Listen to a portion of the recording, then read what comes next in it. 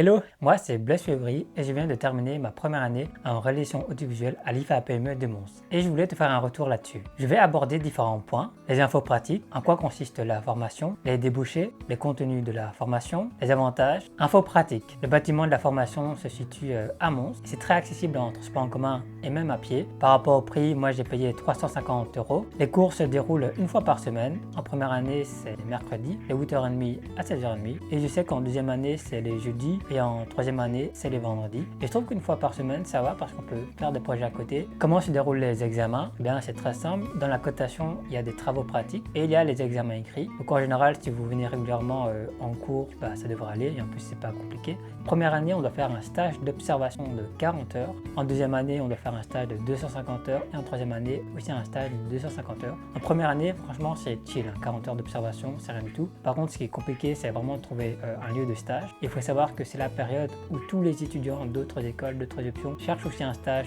Donc moi je vous conseille de prendre de l'avance, par exemple Télé MB, Antenne Centre, nos Télésambre ou dans des boîtes de production. En quoi consiste la formation? Eh bien déjà l'intitulé de la formation c'est chef d'entreprise, réalisateur audiovisuel. Donc on peut ouvrir notre propre boîte. C'est pour ça qu'on aura des cours de gestion en deuxième. On a des cours théoriques sur l'histoire du cinéma, sur le langage cinématographique. On a des cours évidemment sur comment encadrer, comment capter un son. On a des cours de scénarisation, cours de reportage et on a aussi des cours d'animation. De manière générale, on voit vraiment les bases de la réalisation. On ne voit pas en profondeur certaines choses, mais je trouve qu'à la fin de la première, on a quand même un bon bagage. Et débouché, eh bien on peut travailler pour les médias télévisés et on peut aussi travailler pour des boîtes de production ou même devenir toi-même indépendant. Mais je te conseillerais c'est de ne pas attendre. Fais des projets, crée un portfolio, fais vraiment des projets pendant tes 3 ans, fais un maximum de projets. Comment se passent les cours?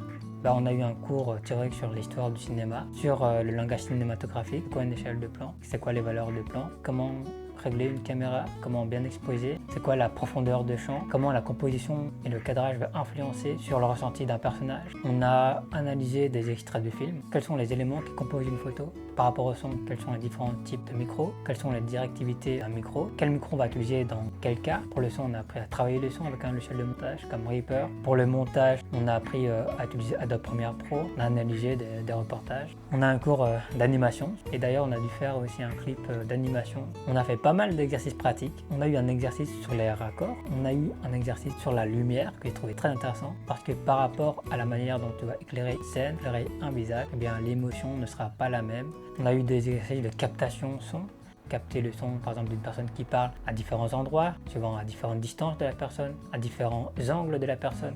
On devait aussi créer des ambiances, une ambiance de gare, cuisine. On a dû écrire un scénario, je pense, de 3 minutes maximum et ensuite le réaliser en groupe. On a réalisé avec notre groupe court-métrage qui s'appelle Le Sourire de la Peur et on avait une journée pour écrire le scénario, une journée pour le tourner. Donc voilà, c'était hyper intense mais on a beaucoup appris grâce à ça. Pour le montage, on a eu un exercice qui s'appelait les 4 saisons. Il fallait simplement mettre les images sur le rythme de la musique. On a eu un exercice de fond vert. On a dû réaliser un reportage de 3 minutes et là c'était vraiment un reportage libre sur le thème qu'on voulait. Moi j'ai réalisé un reportage sur Philippe Bouillon et sur son lien avec la Maison Folie. On a aussi réalisé une fiction avec une caméra de classe. Dans les matériels et logiciels qu'on a utilisés, je me rappelle qu'il y avait un ZH1, il y avait des grosses caméras type télévision. Pour le son, on était vraiment bien outillé. On avait des bons micros de qualité, donc franchement ça c'était super. Par rapport aux lampes, on avait des lampes halogènes, donc je trouvais que c'était un peu dommage parce que, c'était pas pratique parce que ça chauffait beaucoup. Dans les caméras, j'aurais bien aimé avoir d'autres caméras plus compactes, type hybride comme Sony A7S3. Après ce qui est bien, c'est que c'est une formation, donc on est là en tant qu'adulte, donc on est traité d'égaux égaux.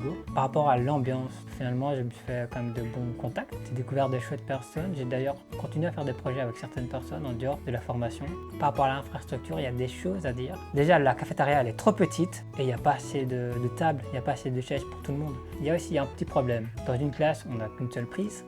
C'est qu'on a plusieurs PC. Ce qui est bien, c'est qu'on a le Wi-Fi, on a un accès e-learning aussi pour justement mettre nos travaux en ligne et communiquer avec les profs. Les avantages, c'est qu'on a une formation à moindre coût, une formation qui est accessible en transport en commun. On a droit à utiliser du matériel pro. Les avantages, c'est de faire des rencontres, c'est de faire des projets avec de nouvelles personnes. Les avantages, c'est de rencontrer des profs du métier à qui on peut poser toutes nos questions. C'est du coup de faire aussi des stages, c'est d'avoir la casquette de réalisateur et d'avoir le diplôme de chef d'entreprise pour ouvrir ta propre boîte. Et en deuxième année, ça se passe comment? Je vais être honnête, quand j'ai commencé ma deuxième année, j'étais motivé, mais pas sûr de moi. surtout en montage audio. Pro Tools et moi, c'était pas le grand amour. J'ai toujours préféré Reaper. Je me sentais un peu largué au début, mais je me suis accroché et au final, je m'en suis pas trop mal sorti. J'ai appris, j'ai testé, j'ai corrigé, et puis en captation et en montage, j'ai pris confiance en moi et j'ai commencé à vraiment oser proposer. Mon stage, c'était pas juste une observation finalement. On m'a fait confiance cette fois. J'ai pu proposer des idées, relever des défis, et quelle satisfaction de voir mes idées devenir concrètes. Ça fait vraiment plaisir. J'ai aussi commencé à penser à mon TFE. Je voulais pas faire un documentaire ou un énième reportage. J'avais dans l'idée de faire une fiction. Je voulais surprendre. Je crois même que François, notre prof de script, a perdu quelques cheveux le jour de mon pitch. Il était intrigué. Ce que je retiens de cette deuxième année, c'est que progresser, c'est pas toujours confortable. Mais c'est là que ça devient parfois intéressant. Et puis, j'ai survécu à Pro Tools. Techniquement, c'est lui qui a survécu à toi. Et la troisième alors? Salut, moi c'est Jean-Christophe, ancien élève à l'IFAPME de Mons. Alors aujourd'hui, je vous accueille dans mon studio pour vous parler de la troisième année et comment tout cela va se dérouler. Alors, comment se passent les cours de troisième année? En fait, c'est simple. Vous allez avoir beaucoup moins de pratique en vidéo et beaucoup plus de théorie en comptabilité et tout ce qui est gestion. Pour le côté pratique vidéo, ça sera beaucoup du montage son et du montage vidéo. Et après, il y a une bonne moitié des cours qui se concentrent sur la gestion et la comptabilité. Alors, comment se passent les stages en troisième année? Les stages en troisième année sont pour vous l'occasion de mettre en pratique tout ce que vous avez appris lors de ces 3 dernières années. N'hésitez pas à trouver un stage qui vous pousse vraiment dans vos retranchements techniques et vous offre la possibilité d'en apprendre encore un peu plus. Alors, le TFE est un bon moyen pour vous de montrer tout ce qui vous passionne dans l'audiovisuel. Mais c'est aussi un bon moyen de démontrer votre savoir-faire et les connaissances que vous avez acquises lors de ces 3 années. Si vous voulez voir ce que donne un TFE, n'hésitez pas à consulter le lien en dessous. Alors, si j'avais un conseil à vous donner pour réussir la troisième, ça serait le même conseil que pour réussir toutes les années. Mettez-y du cœur, de la passion, et surtout n'hésitez pas à faire plein de projets autour. Ne vous contentez pas de la formation. N'hésitez pas à faire des projets, à vous développer, à créer et à aimer ce que vous faites. C'est le plus important.